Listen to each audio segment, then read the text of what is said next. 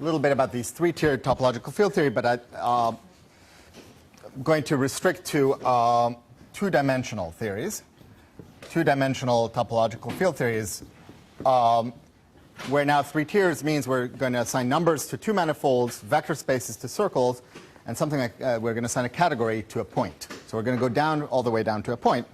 And these were studied in great detail by Greg Moore and Graham Siegel and Kevin Costello. And so I'd like to just summarize a little bit of the picture. So just maybe draw a couple of the pictures again, but with labelings this time. So for example, we have a category C now, which we have assigned to a point. And if we give three objects in here, A, B, and C, we can draw various diagrams labeled by these objects. So for example, if I have an interval, so for an interval with labelings is now going to be, remember that the labelings I think of as kind of getting rid of the boundary. So instead of thinking of an interval as being a functor from this category to this category, I'm going to take this object A, this object B, and together Z of this picture will now just be a vector space, and that vector space this is just HOM A, B. So two objects, A and B, in the category, I get a vector space, which is HOM in that category. Another picture I could draw is if I have a triangle, I could try to draw a triangle with A, B, and C labeling its vertices. So now this is an example of a manifold with corners. So what kind of things do these manifolds with corners give me? Well, I'm going to take this picture and kind of expand it a little bit so it looks a little more pleasant.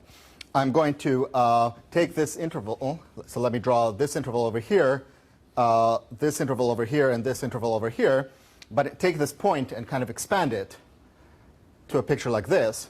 So now I'm going to think of having my three edges before, but now these three new edges, which I think of as marked with the letter A. So A is kind of a label of this whole edge.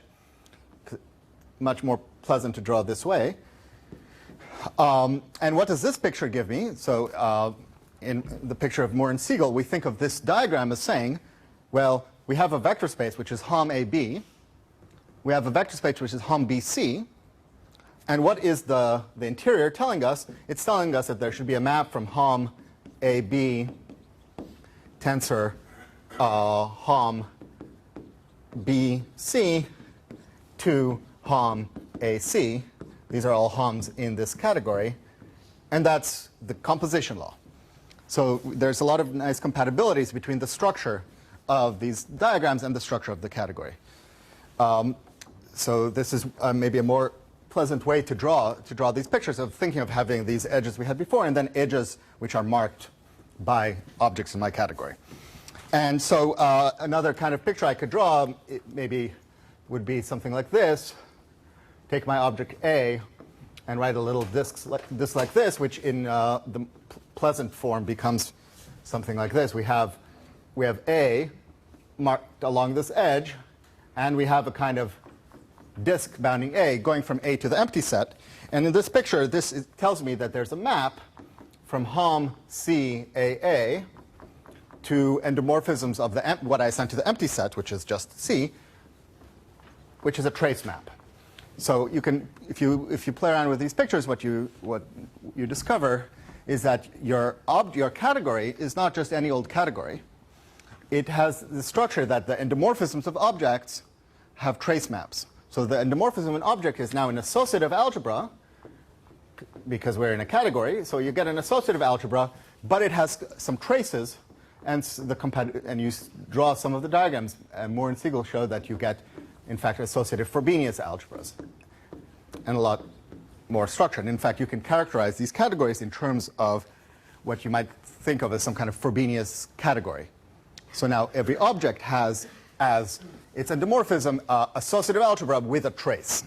So I'd like to state a theorem, or a paraphrased theorem due to Kevin Costello. And what this theorem says, it's the analog of the theorem we studied. It's an analog of the theorem we studied before. So before we said that two-dimensional topological field theories where we just assign something to two manifolds and to one manifold, those were the same as commutative Frobenius algebras. And Costello's theorem says something like, if you look at a three-tiered, two-dimensional topological field theory, and I'm going to put some adjective here that I won't explain. There's some kind of maximality to it,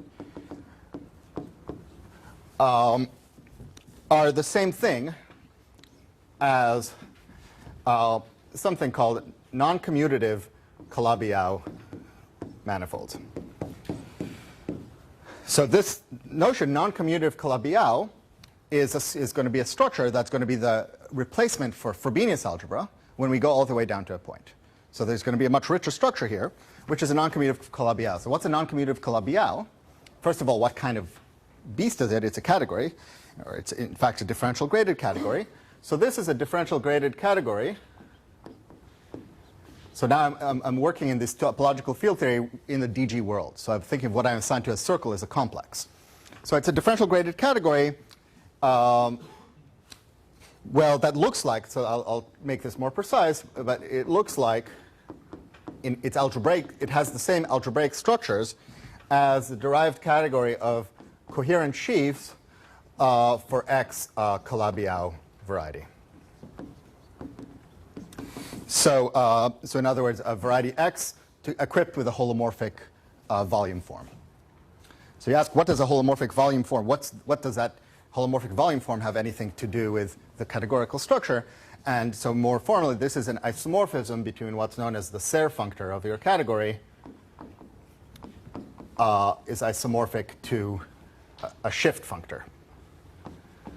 So on shift of the grading. So don't want to spell out exactly what this means, but basically what is this saying? If you have a derived category of a Calabi-Yau, because the dualizing, because the canonical bundle is trivialized by the holomorphic volume form, you find that endomorphisms of an object have traces. So this is a kind of a precise way of capturing this picture, that every object, we have a category, a differential graded category, and we have traces on the endomorphisms of any object. So there's, for any object, Hom AA, there's some kind of Hom complex, and it carries a trace map to C up to some shift. So this might not be a degree 0 map, but there's a map to C, which is a trace map. So it's a differential graded category with traces. So we've seen where the traces come from. So this is dimension of X is not 2. It can be any X, any dimension. I mean, the category, we don't actually have an X. So this is why we call this a non-commutative Calabi-Yau. There's no X around. We have a category whose formal properties look like that of a Calabi-Yau variety of some dimension. It might not, there might not be such a Calabi-Yau. Okay, but then, I mean, the shift functor is not shift by 2. It can be... No, it's not shift by 2. It's a shift by some number, and that's a dimension of your Calabi-Yau. The dimensions are not listed in TFP, right? I mean, the dimension somewhere goes into that side as well. Yeah, right. Right, yes, right, thank you. I'm ignoring the determinant here. But, right, so if I didn't have that shift, that would have to be 0, determinant. But, okay, but this is a schematic picture of Costello's theorem, but what it tells us is that you can write down these topological field theories in 2 dimensions that go all the way down to a point, and they give you the structure, which is something that you can associate to geometric space, to a Calabi-Yau. So so I want to explain how such things arise, but let's summarize what with the structure we have. The structure we have so far is, well, we've decided that a 2-dimensional topological field theory all the way to a point is something like a derived category of coherent sheaves on a space. Let me now use this to say, suppose we have a 3-tier topological field theory in 4 dimensions. So what's a 3-tier topological field theory in 4 dimensions? Well, I don't really know what that is. We don't have a version of this theorem. But what are we going to be able to do with this? Well, if I have a topological field theory, if Z is an right, so if Z is a four-dimensional topological field theory, and let's say X is a topological surface, then I'm going to define a new topological field theory, Z sub X, which will now be a two-dimensional topological field theory with the same number of tiers. So this is something general I could do with a topological field theory. Suppose I have a topological field theory in some dimension and I have something of another dimension. I can define a new field theory by the following simple rule, that Zx of some manifold y is the original Z of X times y. So this is called the dimensional reduction. Dimensional reduction. This gives us a procedure to go from a field theory in one dimension to field theory in a lower dimension. So for example, if you have a four-dimensional field theory and X is a surface, then, and now if Y is a surface, X cross Y is a four-manifold, so you get a number. If Y is the circle, X cross Y is a three-manifold, so you get a vector space. If Y is a point, X cross Y is a surface, so you're supposed to get a category. So the idea is that I don't know how to construct four-dimensional topological field theories explicitly, but a four-dimensional topological field theory is going to be a machine, among other things, that produces two-dimensional topological field theories, two surfaces. So in other words, so to summarize this, that if you have, and the number of tiers doesn't change. We've just shifted which dimensions we're allowed to go. So if we had a four-dimensional topological field theory with three tiers, then we would get an assignment that to any surface, we will get Z sub X, which is now a two-dimensional topological field theory with three tiers. In other words, a non-commutative Calabi-Yau variety. Okay, so this is part of the structure we're going to get. And moreover, this non-commutative Calabi-Yau variety is going to be acted on by ZP1. Well, ZP1, really I should call this ZS2. This depends only on P1 as a manifold. ZP1 of a point, this is ZS2.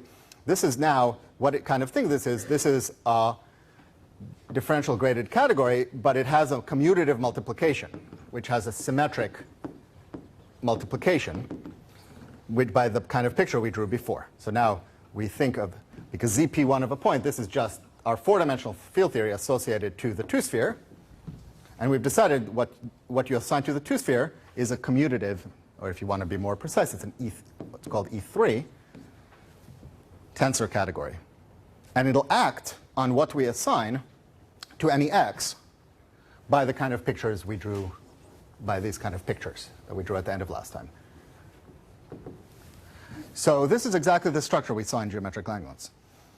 Let me point out that the kind of categories that we were seeing in geometric Langlands, namely, if you look at derived category of T star bun G O modules, D module, derived category of G check connections, and D of bun G D, these are all non-commutative Calabi-Yaus in appropriate sense. So these are non-commutative Calabi-Yaus. In particular, if you look at these two manifolds, these are holomorphic symplectic manifolds.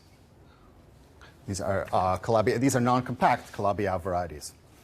And these categories, which is what we assign to any surface X, we assigned these things, and we notice that they have an action of the same object assigned to the two-sphere. So this is how geometric Langlands fits into the structure of a four-dimensional topological field theory. That all the data that we have is exactly what we would get if you had a four-dimensional topological field theory and looked at what it gives you in two dimensions. So this is kind of a realization that all of the geometric Langlands structure should come from a four-dimensional picture. And what Kapustin and Witten do is they explain a four-dimensional picture that indeed gives rise to geometric Langlands. So that's what I'd like to sketch. Are you actually claiming that there is a version of this category that actually satisfies that reality? I mean, there's some kind of version with proper support. It's going to be some Calabi-Yau. Well, you have to define what you mean by non-compact Calabi-Yau category. But yeah. Right. Yeah. So I mean, there are going to be a lot of. I should fess up right now. There's a lot of technical issues that I don't know. I certainly don't understand how to make sense, and that there are issues. I mean, for example, that trick I pulled going from P1 from the Satake category to the P1 category. And there's various other such things. What I think is that what Kapustin and Witten are getting is some analytic completed cousin of geometric Langlands. So the categories that appear out of this topological field theory that I want to explain are not going to be exactly the categories of geometric Langlands. So I don't think we should think of them as of what they do as exactly producing geometric Langlands, but they're producing a structure in topological field theory which has the exact same shape as the geometric Langlands program, and that's very inspiring to ask as a way of asking questions. And geometric Langlands is some kind of algebraic close cousin of what they do.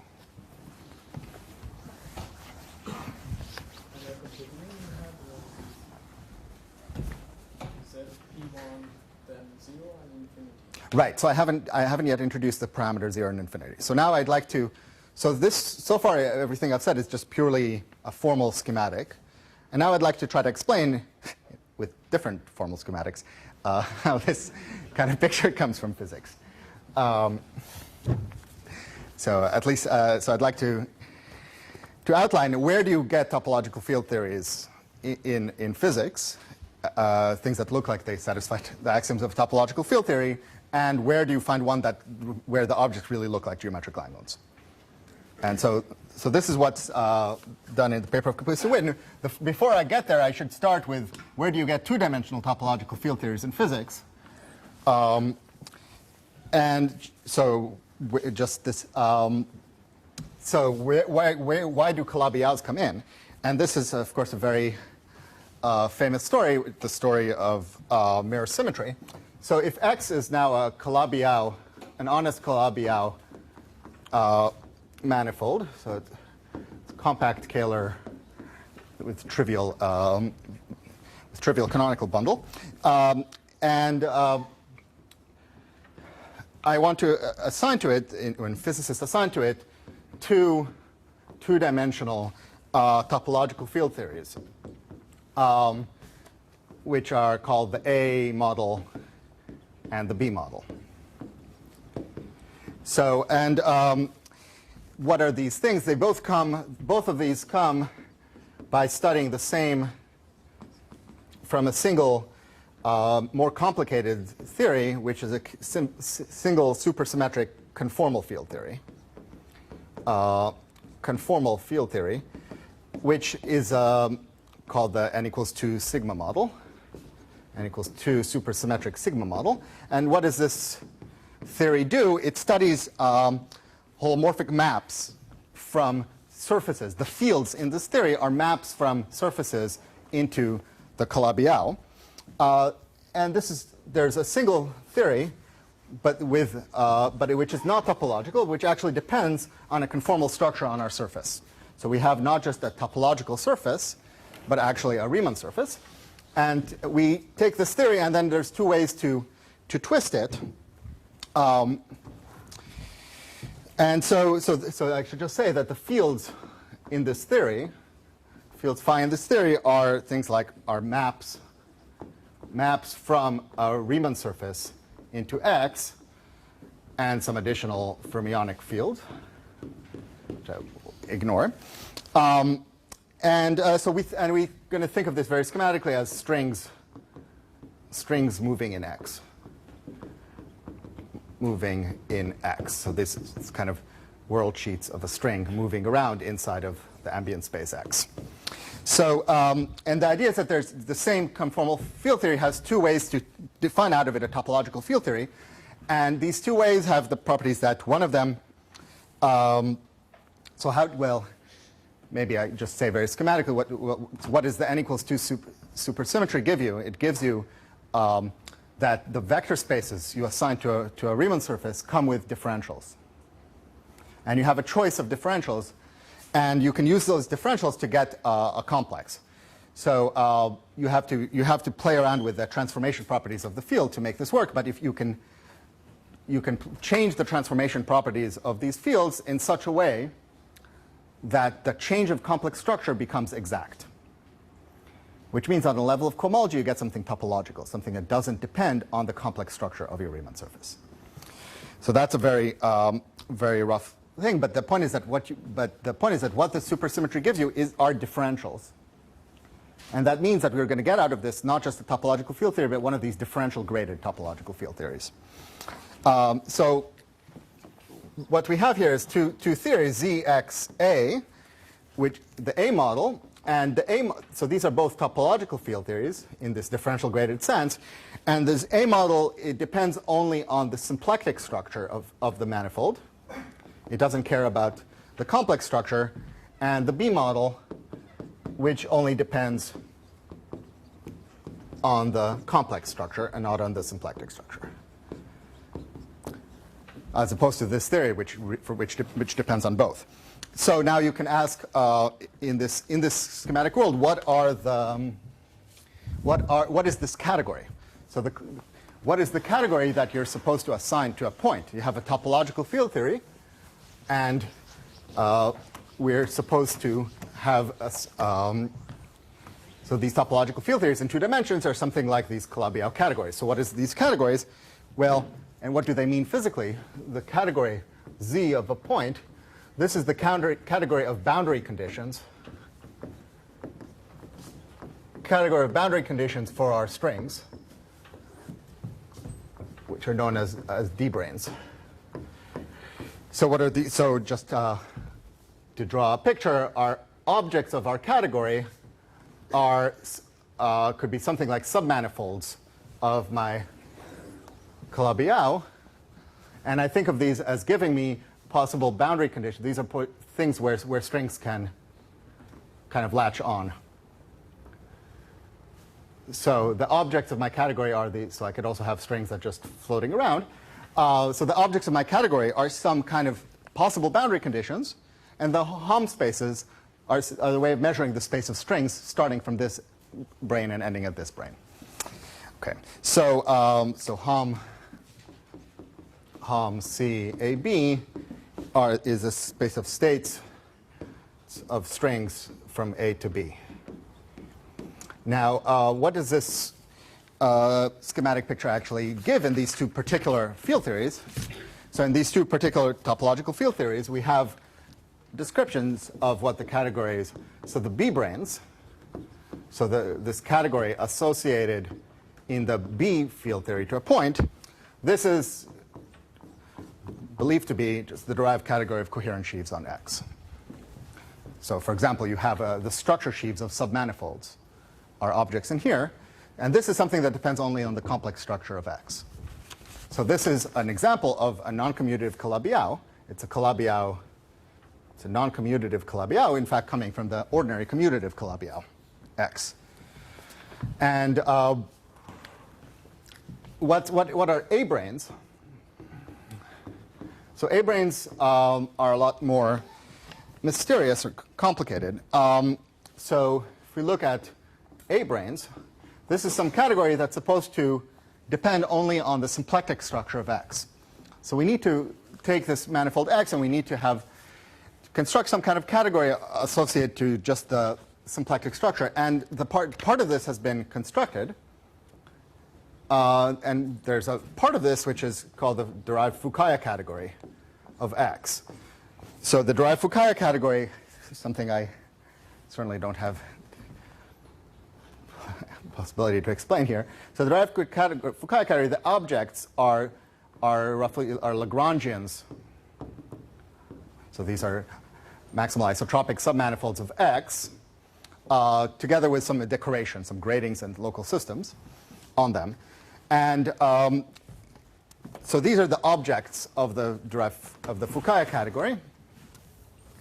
And now we also have morphisms. And the morphisms are given by intersections of Lagrangians, but they're corrected in a complicated way. So they're given, morphisms are labeled by intersection points of Lagrangians, but they need to be corrected in a way that accounts for maps from holomorphic disks. So if you look at collections of Lagrangians, the compositions end up being not strictly associative, but they're kind of mediated by multiple compositions given by holomorphic disks. So this is an example of what's known as an A infinity category, which is a different homotopical point of view on a differential graded category. Okay. All right. So now what else do we know about this picture? There's a picture of homological mirror symmetry. And homological mirror symmetry is a relation between A models and B models of different Calabi-Yaos. So it's saying that sometimes you have pairs of Calabi-Yaos for which the A model in one is equivalent to the B model in the other.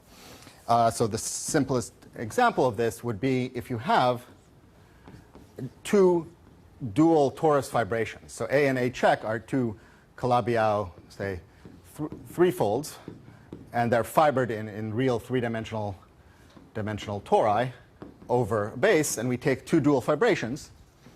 And in this case, we have an equivalence between the A model of one side and the B model of the other side. Oh, A check. Okay, so so this is just somehow to ring some bells of phenomena we've seen. I should mention it will be important for us that there are more objects in here than the ones that we understand.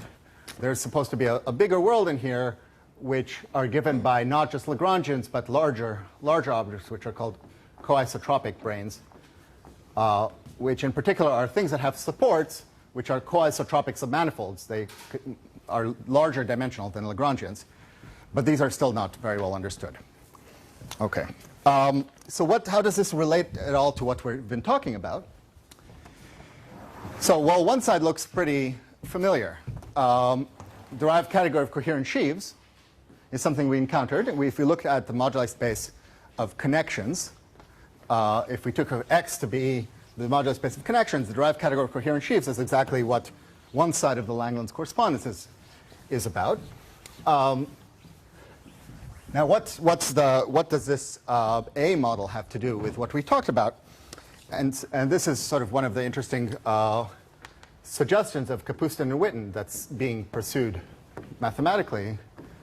Kapustin and Witten suggest, I think this idea has been around much longer, but they suggest a way of relating that for a very particular kind of Calabi-Yau. So suppose we take M is a complex manifold, and we look at its cotangent bundle, which is a holomorphic symplectic manifold.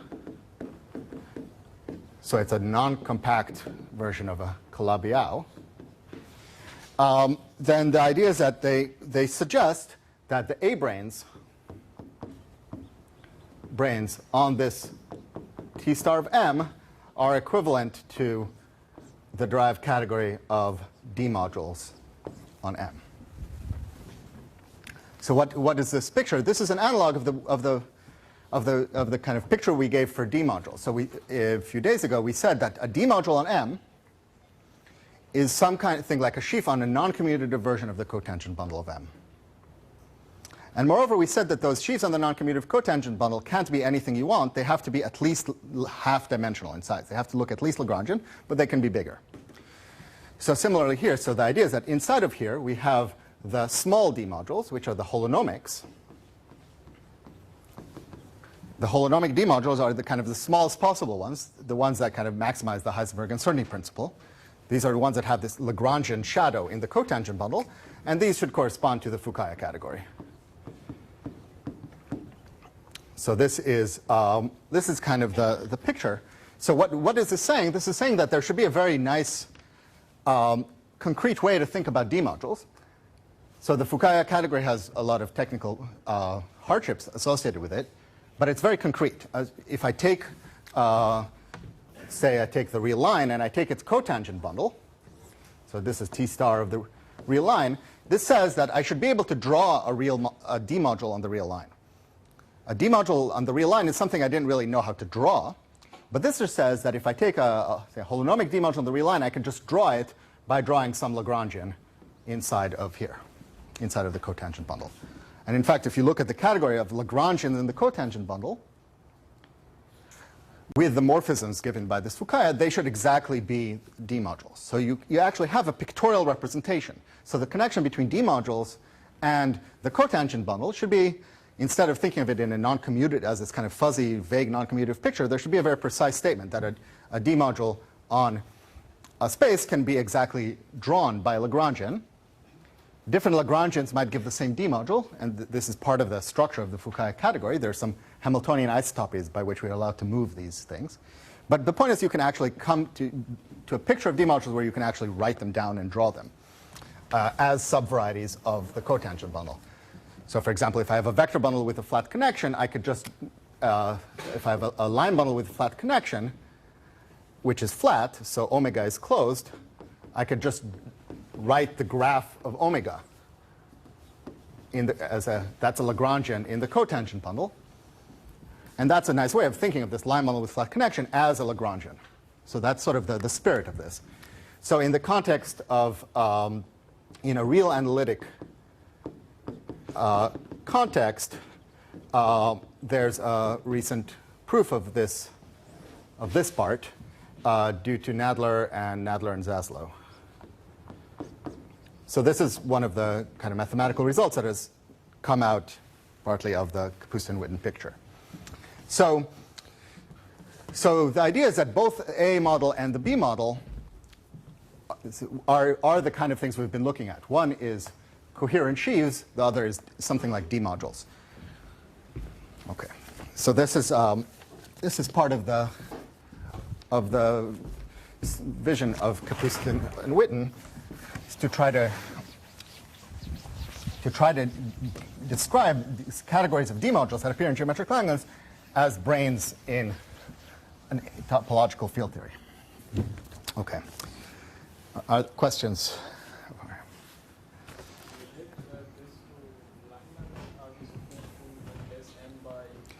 Right. So in geometric Langlands, so the idea is that so in geometric Langlands we have to a group G we have the category of Bun-G X D modules. We're going to replace that, and hopefully it's roughly equivalent to, but we're going to replace that with a category of A branes on T star Bun-G. This is what Kapustin would suggest. And so this is an example of a non-commutative Calabi-Yau. It's a two-dimensional, this is a two-dimensional topological field theory, which is the A model on this particular non-compact Calabi-Yau.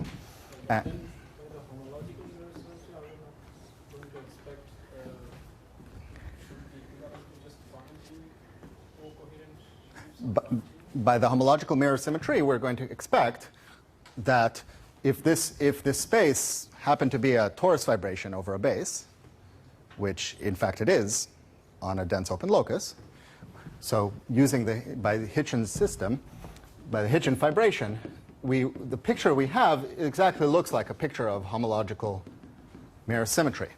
The dual torus vibration, so T star Bun-G lives over the Hitchin base space, and it looks like a torus vibration on some big open locus. What is the dual torus vibration? The dual torus vibration is T star of Bun-G check. But in fact, if we pay a little more attention to the parameters, what we suggest is not T star of Bun-G check, but the conjecture is that these two should be related by homological mirror symmetry. So these are B branes on the space of G-check bundles with connections. Okay. So let me now try to explain where this picture comes from and try to say it a little more precisely. And this is the Montano and Olive duality. So electric.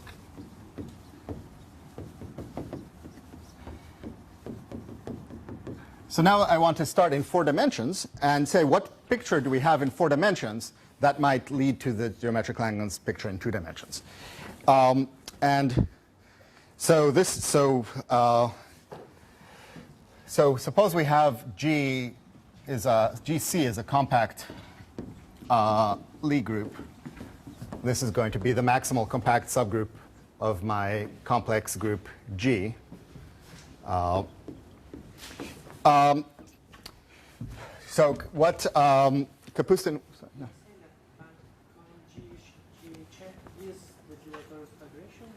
Well, I'm saying that I'm being a little loose here with this, what exactly is happening under this mirror symmetry. So I'm going to try to explain a little more. So the claim is that the actual mirror to these A-branes is not... so we have to be careful about what symplectic structure here we put and what complex structure we put here. And so I'm going to try to explain that. But the claim is that the mirror to this category of A-branes on T star bun G for the natural symplectic structure is B-branes on the space of connections, which is a deformed version of T star bun G check. Okay. So what's the story? So we have the story here is a story in 4 dimensions, which has some parallels to the 2-dimensional story I just said. So to a G, see a compact Lie group, Kapustin and Witten assign 4-dimensional topological field theory in the differential graded sense, which I'll call Z, G, psi, depending on a parameter psi in the Riemann sphere. And what is this topological field theory? Comes from, in the same way we got the A and B model from a more fundamental field theory that was not topological. This topological field theory comes from a more fundamental theory called the n equals 4 supersymmetric Yang-Mills theory for the group, gauge theory for the gauge group GC. And in a topological twist, which was studied by Kapustin and Witten in topological twist, which they call the geometric Langlands topological twist. So what does this mean? So what is n equals 4 supersymmetric Yang-Mills? This is a 4-dimensional gauge theory. So what does this mean? This means that the fundamental fields here are instead of maps, they're connections on a principal bundle. So so the fields in this n equals 4 super Yang-Mills are fairly complicated. The first piece, what makes it a gauge theory, are first of all we have a connection A on a principal GC bundle, and then we have a Higgs field.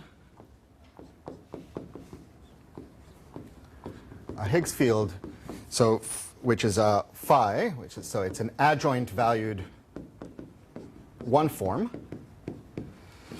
Then we have 2 scalars, and we have fermions. So it's kind of a complicated, so of course there's a bunch of fermions that I won't say. This is a fairly complicated picture, but it comes from something much, so you ask how might you come up with this. And this comes up from something much simpler, which is an n equals 1 supersymmetric Yang-Mills theory in 10 dimensions. So really what we should be thinking about is we should be thinking about gauge fields. Gauge fields, in other words, a connection on a principal bundle, but on a 10-dimensional manifold on R10, or I guess R19. we're thinking of gauge fields in 10 dimensions, which we've dimensionally reduced down to 4. So they're going to be translational invariant. They're invariant in six of the directions. In 6 directions. So we're getting, when we reduce to R4, we're going to get a connection in 4 dimensions, and then we're going to get the constant part of the connection in the rest of the translation, the other components of the connection. There's 6 of them. So this is 4 plus 2. So adjoint one form on a 4 manifold, that's 4 plus 2, that's R6. And you can ask, why do I want them to be a one form and 2 scalars? Where did I get this particular transformation properties? This is what makes the GL twist. The GL twist is I don't want to think of R10 as being R10. I want to think of it as being T star of R4 cross R2. So more general, on a general manifold, I'm going to, on a 4 manifold, the way these fields will transform is I'm going to think of something like a connection on T star of a 4 manifold cross R2, which is translationally invariant in 6 of these directions. So we get a connection in 4 dimensions, plus 4 of those components are giving the components of the connection in the cotangent bundle direction, and then two scalars. Okay. So, and then there's a bunch of fermions which are made in such a way that the theory and its action satisfy a largest possible supersymmetry, largest possible collection of constraints. Okay. So this is the form of the n equals 4 super Yang-Mills. So this is where the topological twist comes in. Topological twist says, instead of looking at the pure n equals 4 super Yang-Mills, which is a theory in R10, you want to have a theory that is a topological theory that makes sense on any 4 manifold. And there are several ways of doing that, and the way that Kapustin and Witten study is by taking that 4 manifold to be T star of M cross R2. And that tells you have a gauge field on M plus these particular field configuration. And so what is the parameter? What is this parameter psi in their theory? Well, where do we get a parameter? So there are 2 parts. So there's two constituents to this parameter. First of all, we have the action. We have to tell you what this action functional S of my fields in the theory, and there's parameters in the action. So you can ask, what kind of actions can you write? And the action is some combination of, well, if I have of the Yang-Mills action. So the Yang-Mills action means I take the curvature of my connection, take a trace of it times its star. And there's a Chern class, or Pontryagin class contribution, which is something coming from a term like this, where f is the curvature of A, of the connection A. So we have these 2 kinds of terms, and we multiply them by some constants. So we have 2 real parameters here. That's one part of the parameters, and it also, another part of the parameters is we have many differentials. Because we have such a large supersymmetry, we have a lot of differentials on the space of states of this theory, and we're allowed to take some various linear combinations of them. So there's a parameter which tells us which linear combination we choose, and then we can vary which one we choose with some parameter. So there's some particular formula that they tell us. The parameter psi has components that tell us which differential we use in order to make this a topological field theory. So the cohomology of this theory will be, the cohomology of the space of states will be our topological field theory with respect to some differential. And they have to tell us which exact action we should choose, which combination of these 2 kinds of terms. Okay, so this is a very rough sketch of n equals 4 super Yang-Mills. And what do we know about it? Well, there's a conjecture, which is the S-duality conjecture, which says that these topological field theory for parameter psi is isomorphic to the topological field theory for the Langlands dual group with a parameter -1 over psi. So there's a symmetry of the theory, and this is a conjectural non-abelian version, abelian version of the symmetry, non-abelian version of the classical symmetry of Yang-Mills equation. So this is a non-abelian version of the electric magnetic duality of Maxwell's equations. So if you look at Maxwell's equations in the vacuum, they have they're symmetric with respect. So these two equations are symmetric with respect to exchanging F and star F. Or if you write this in components, with respect to exchanging electric and magnetic fields. So, and this is a symmetry of Maxwell's equations, which gets broken in many ways when we go, when we leave the vacuum and when we try to do a pass from the classical theory to the quantum theory. And the conjecture is that there is, this is Montone and Olive conjecture, that there's in a collection of four-dimensional gauge theories, this symmetry gets restored. And in fact, it's part of an SL2Z symmetry acting on psi.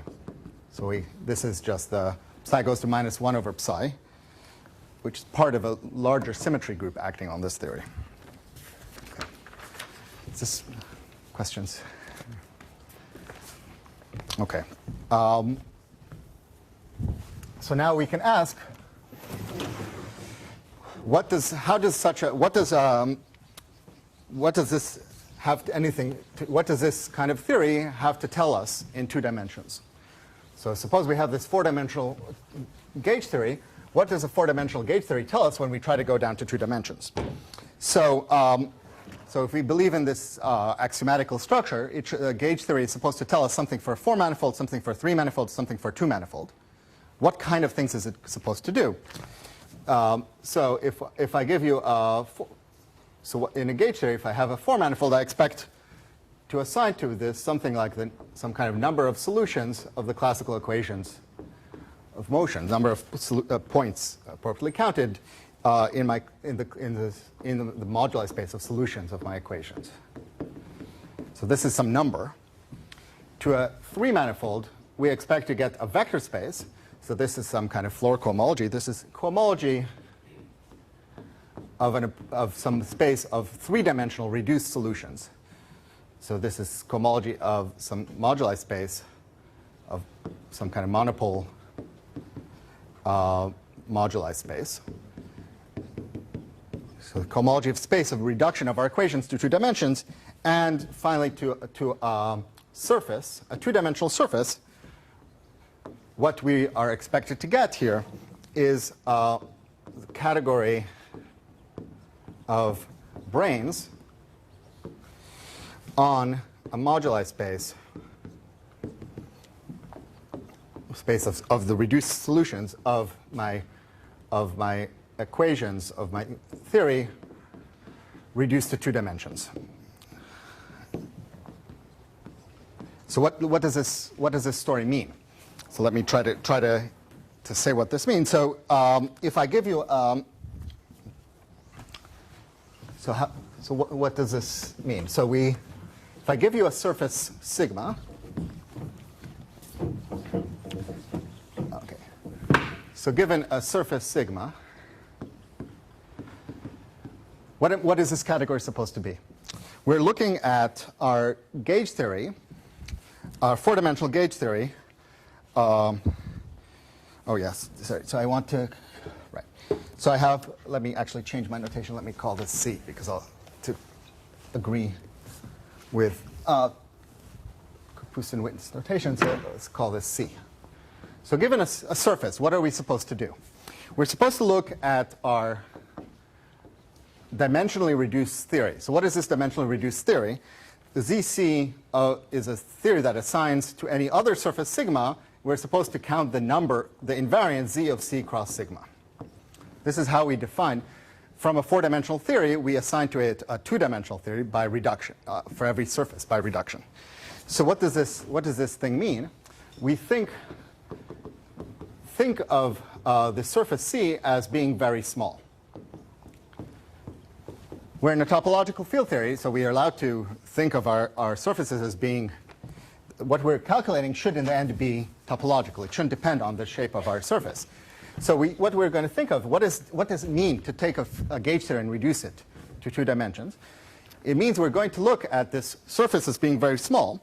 And then what are we looking at? We're looking at our gauge fields, field configurations. What are our gauge fields on the product, on C cross sigma? Well, here's sigma, and C is this very small thing. So we're looking at some kind of gauge connections on this product. But C is so small, so what this kind of thing looks like is a map. It looks like in some kind of limit. These look like maps from sigma to a moduli space of field configurations, some moduli space of field configurations on C. So this is kind of the picture. Why are we supposed to get something like a sigma model in 2 dimensions? So you can ask, what kind of theories do you get in 2 dimensions?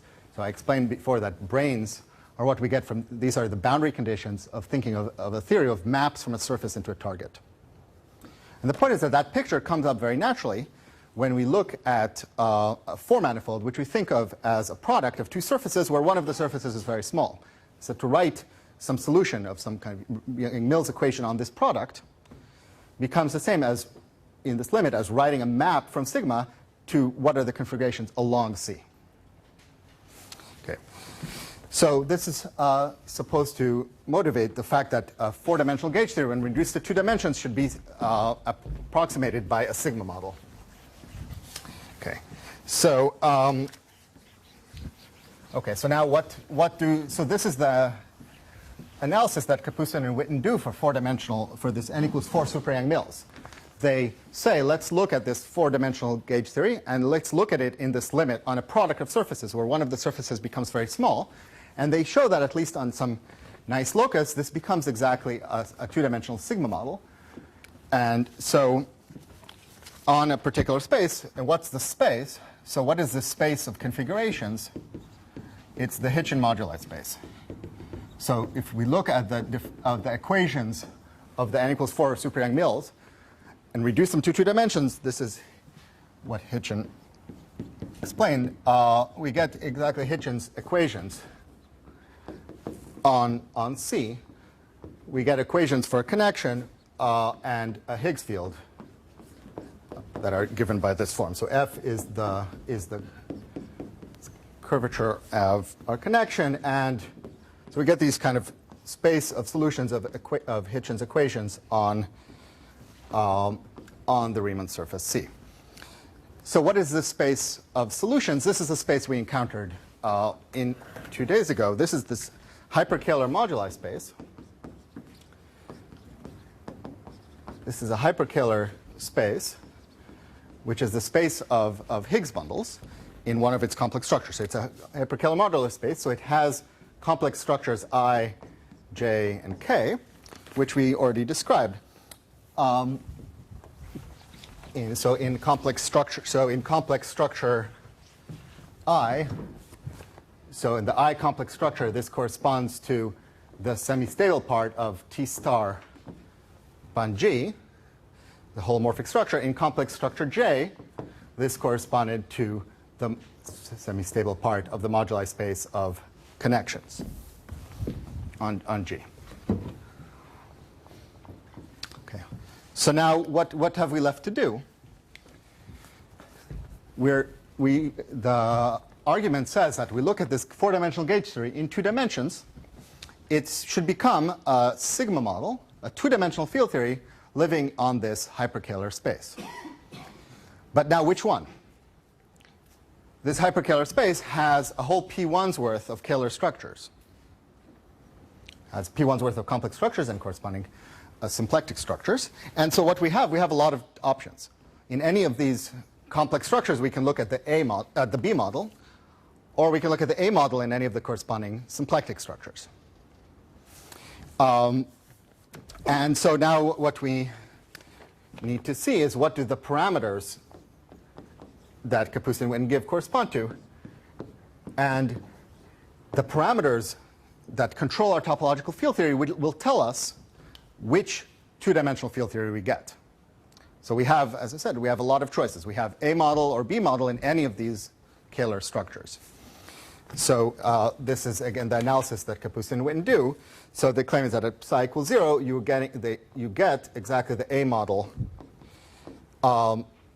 in this symplectic structure, well, in the K symplectic structure, which corresponds to the standard symplectic structure on T star of bond G. And in the at psi equals infinity, we're getting the B model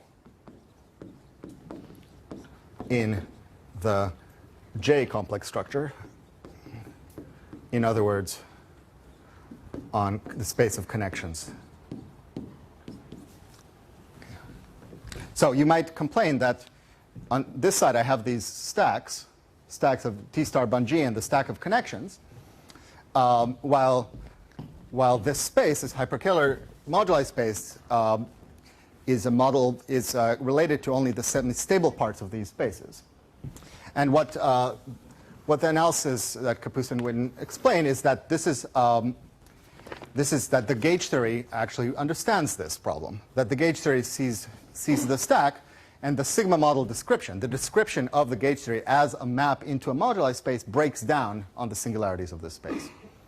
So there's some nice stable locus where we have a nice sigma model description, but the claim is, and where we can describe our four-dimensional field theory as these particular two-dimensional theories, the A model on T star bond G or the B model on space of connections, but this description breaks down.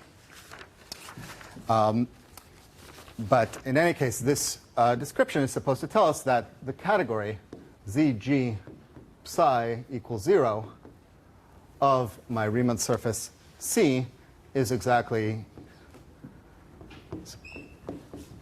category of D modules on bond G. It's the category of the A branes on T star bond G, which is supposed to be the D modules on here, while at psi equals infinity, we're supposed to get coherent sheaves on the space of connections. Well, this is for the theory with G. So we get the theory for G produces O modules on the space of connections for G. And the S duality exchanges G and G dual, and psi equals 0 and psi equals infinity. Okay, so there's a lot more to say about this. One other question you can ask is what for other psi, 0 and infinity? And there's a nice explanation for this in two languages. One is that we actually have a family of generalized complex structures. Generalized generalized complex structures on the Hitchin space, which interpolate between the A model in this complex structure and this symplectic structure and the B model in this complex structure. So there's a nice way to interpolate between the symplectic manifold and complex manifold, and that's what this parameter corresponds to. Or in the notation of Konstantin's talk, this is what Konstantin called deformation number 2. If you remember Konstantin's talk, that even in the context of the Fourier-Mukai transform, there's an extra deformation that we didn't discuss from the category of D modules to some category of D modules twisted by some line bundle. And that's what this extra parameter corresponds to. And then there's maybe the most interesting part, which I will refer you to the notes, is how do you describe how do you get the Hecke operators? And so just to draw a picture, this is one of the more beautiful parts of the story, is how the Hecke operators in 2 dimensions come from loop operators in 4 dimensions. So you look at operators in the 4-dimensional field theory given by lines in the 4 manifold. But I guess I'm out of time, so I'll stop here. Yes.